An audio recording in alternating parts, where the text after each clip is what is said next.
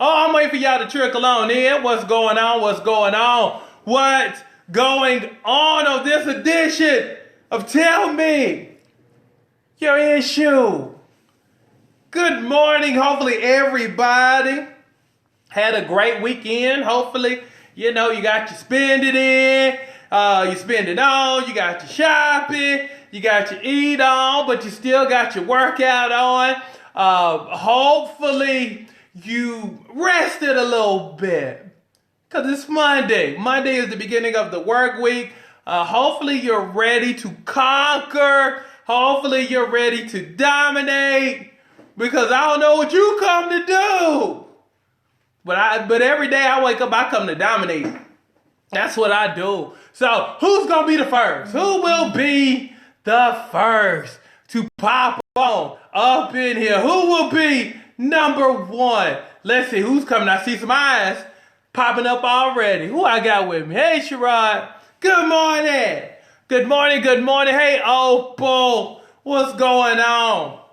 Let me talk to you. Let me give you something good. I've titled this, Tell Me Your Issue. Now, what I've done is I've this is basically, a Q&A type deal to where I had y'all send in some questions and I was going to read them here and I'm going to give you my answer for, the questions that you sent in. So I'm going to do two today. Let me start with this one. Let me start with the first question. First question was, okay, I have sweet cravings. What can I do if I'm struggling with sweet cravings? Glad you asked. One of the things you can do, and one of the things that has been ultra successful, especially for this program, is watermelon. See, watermelon is a beautiful thing for a couple of reasons. A, you can actually eat it and feel pretty full, but the beauty of it is you can pee that thing right on out. So as soon as you eat it, you get this full feeling, or at least you get something that will satisfy that sugar craving. Again, you don't have to eat the whole thing for you to be like, okay, I done got my sugar fix, I'm good. It could just be those cut up cube watermelons. Have you a few of those, boom, the sugar feeling, the craving subside, and you're good. And guess what? You can just pee that thing right on out. So make sure you get you some cube watermelons, and that will help you out immensely. Hey, beautiful people. Now, this one right here, I'm going to read this one. This is number 2. This is going to be the second one that I answer. Hey, everybody. I see y'all trickling on in. What's up, gorgeous people? Now, let me read this, okay? And I'm reading this from the laptop, so let me go ahead and read it. It says, hello. It says, hello, coach. I'm happy that you're doing this segment because I've been needing some outside advice on my current relationship situation. I'm sorry this is long. This is a long post, but I wanted to include the background information. And she goes on to say, I have been with my boyfriend for 5 years. We have no kids. We were once engaged, but had to call it off. We really don't really get along with each other's families. He used to have a part-time job, but he stopped working due to his back injuries that were sustained in a car accident. Now I'm the only one working and taking care of the household chores. I have also put off my personal goals in order to take care of him. I know that it is not his fault that his back injury is limiting his quality of life, but I don't want to also give up on my dreams. In your opinion, will it be selfish if I were to leave him and focus on myself? So, let's go back. See, I'm the type of person where I break down stuff, like when I read stuff. Okay, so let's just look at some stuff. Now, one of the things that I like to do when I'm assessing things, I always like to, ask the one question. Okay, is this thing progressing? Or is it just spiraling down? Or is there potential Or is there no potential? Okay, so let's go back to some stuff. Okay, first of all, you've been with the person for 5 years. Okay, see, when you put there's no kids, so that lets me know there's really no obligation. But see, this is what stuck with me. Okay, you were engaged, but you're not engaged anymore. But you still with the same dude as if you're married, but you're not married. So you giving wifey benefits and wifey commitment to a person that you're the girlfriend of. See, and that's a problem because again, you're giving wife benefits when you're nothing more than the girlfriend. See, you're giving wife commitment to a person that you're just in a relationship with. Nothing binding, nothing to really keep you there. And on top of all of that, guess what? You're carrying the load for something and somebody that's technically not your family. See, so again, you got your emotional stuff tied up and bound up to something that you're not married to. There's no ring, there's no sign of commitment. And on top of it, it doesn't sound like you too happy. You sound like you're the type of person who will just hang in there because you feel obligated, even though he's not going to make that obligation and commitment to you because it takes us as men to ask you to marry us. You see what I'm saying? So you say you have no kids, you engaged, but you're not engaged. We really don't get along with each other's family. See, I'm noticing nothing really that's promoting or uplifting your happiness. When I read this, I read and I basically in my mind have conjured up a woman who basically is carrying the load. And you've gotten so used to it. Because see, when I read 5 years, see, y'all stay in stuff because you put in X amount of time in that relationship. You see what I'm saying? See, y'all do stuff like that. See, we as dudes, we could be like, I've been in it for 6, 7 years. Boom, I'm gone. But see, y'all feel obligated. And then, he has a back issue. And you don't want to leave somebody who got a back issue because it makes you look bad. But no. If you're not happy and there's no commitment there, then you got to walk away. See, sometimes you have to sacrifice something in order to get your next thing. Because I always say there's a difference between your part-time and your full-time. See, your part-time is stuff that you get entangled with and you use excuses like, oh, but we've been together for 5 years. See, that's your part-time. But see, in order for you to get to your full-time, your husband, your future husband, your soon-to-be husband, the person you're really supposed to be taking care of, you'll never see him until you get rid of your part-time. And that's going to require you to make changes in your life that might make you feel uncomfortable. A lot of people stay in relationships because it's kind of like, well, I've been in it this long. But if you want to be really, really honest with yourself, you don't want to take a chance because you're basing your stuff off of fear of being alone. And women in general do not want to be alone and don't even really want to entertain the thought of being alone. But what if I never find somebody? But what if I never find somebody that loves me but what if you do? What if you find something that's better? And what if God ain't going to release the person you're supposed to have until you cut the one you really don't need to have? What happens? So basically you're sacrificing your past that ain't producing nothing for a future that could give you everything. Now, how ridiculous is that? You're going to sacrifice something that's not working, that's not producing, that has no upward mobility at all, for something that could be awesome, for something that could be fulfilling, for somebody who could take your life to the next level.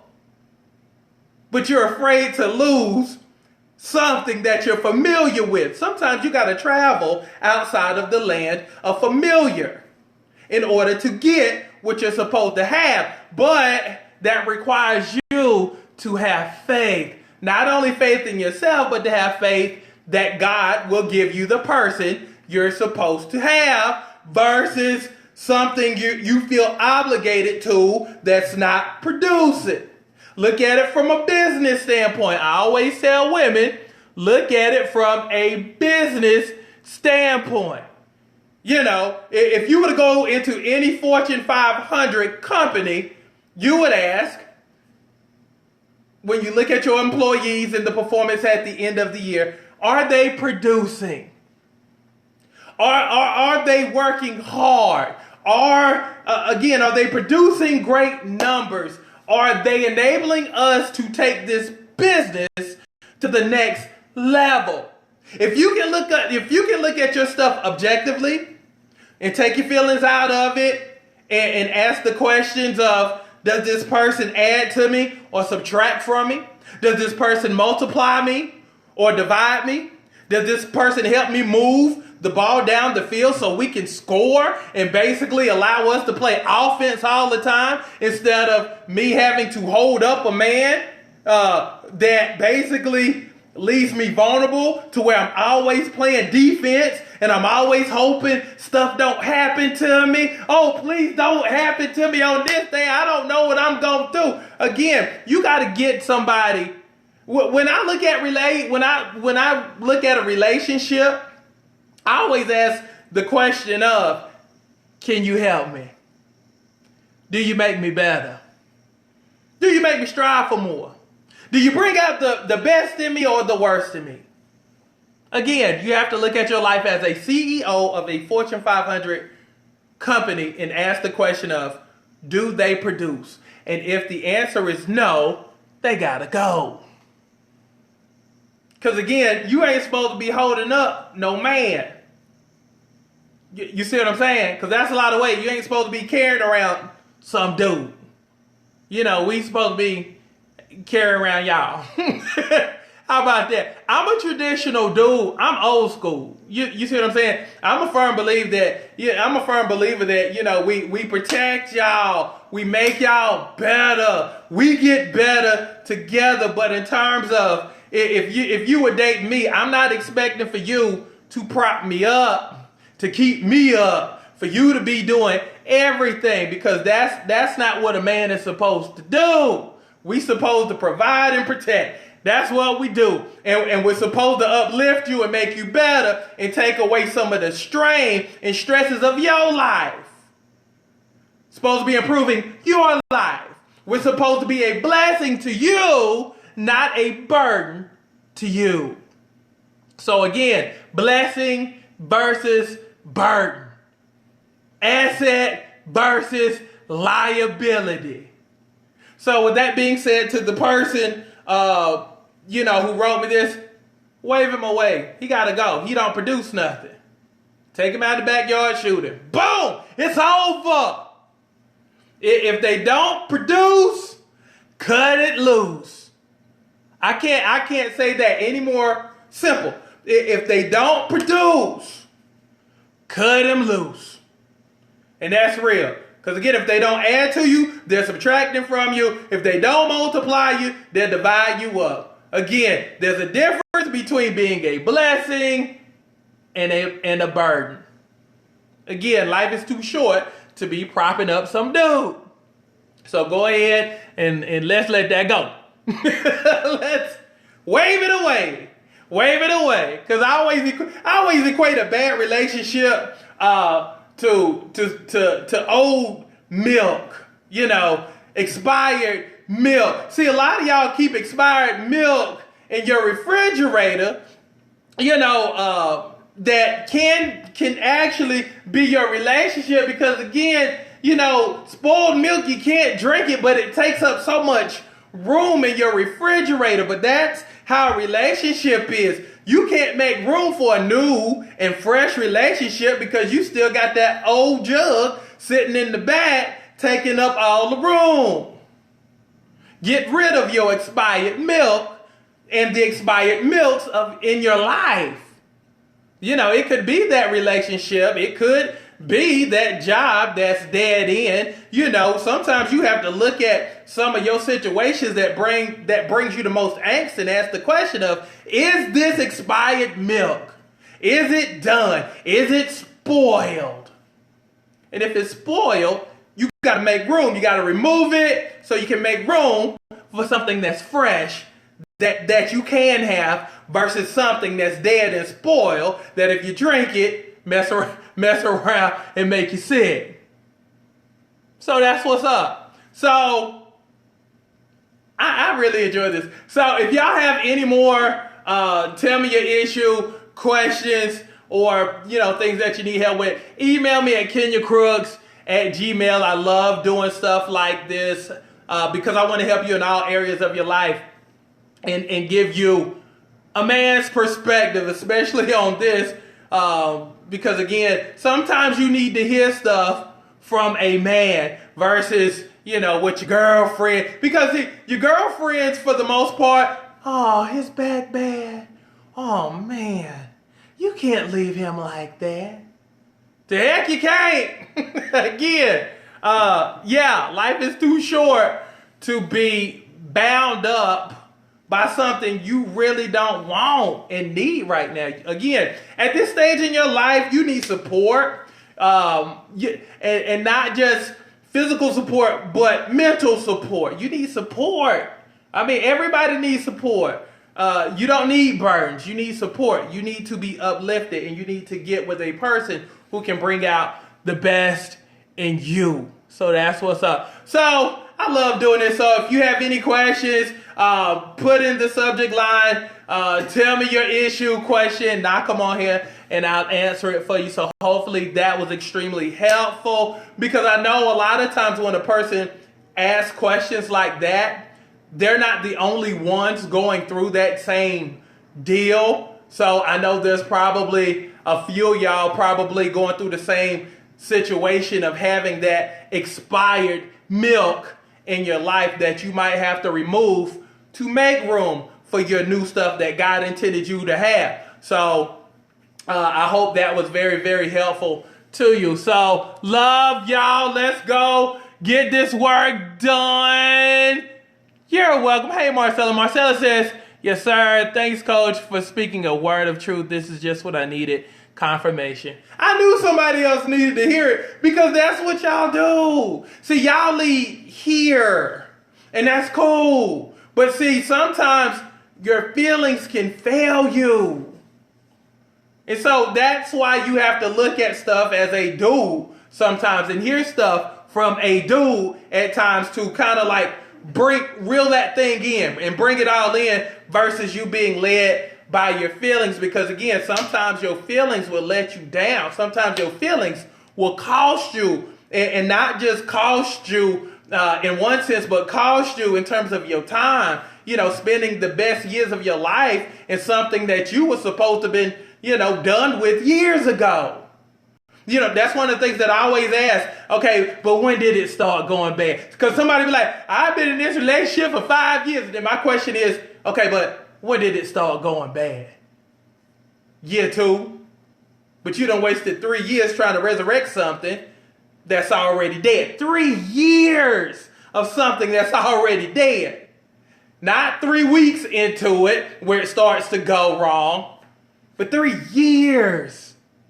3 years, that's a long time to try to resurrect something. And I'm just hoping it get better. No. If you're in the 3rd year of misery, don't even worry about it, because at that point, dude done got used to it.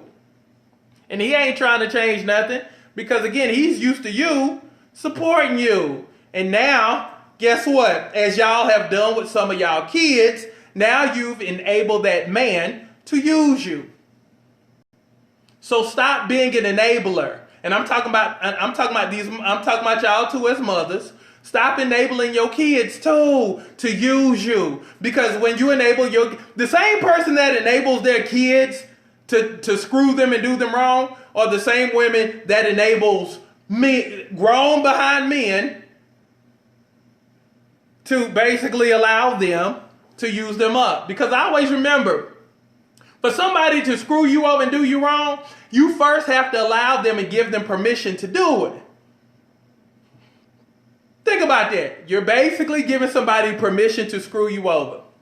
So stop letting your kids do it. Stop letting, that significant other do it. You have one life to live, and it's all about prosperity. It's all about moving forward. But you can't move forward if you're always dragging around dead weight, if you're always dragging around resistance. Okay? So, again, this is about survival. You have to survive and you have to thrive. But you won't do that if you're always enabling people to use and abuse you. And you be the same one sitting in the room crying, talking about, but what about me? When somebody go, help me, because you all dried up and, really, feel so used.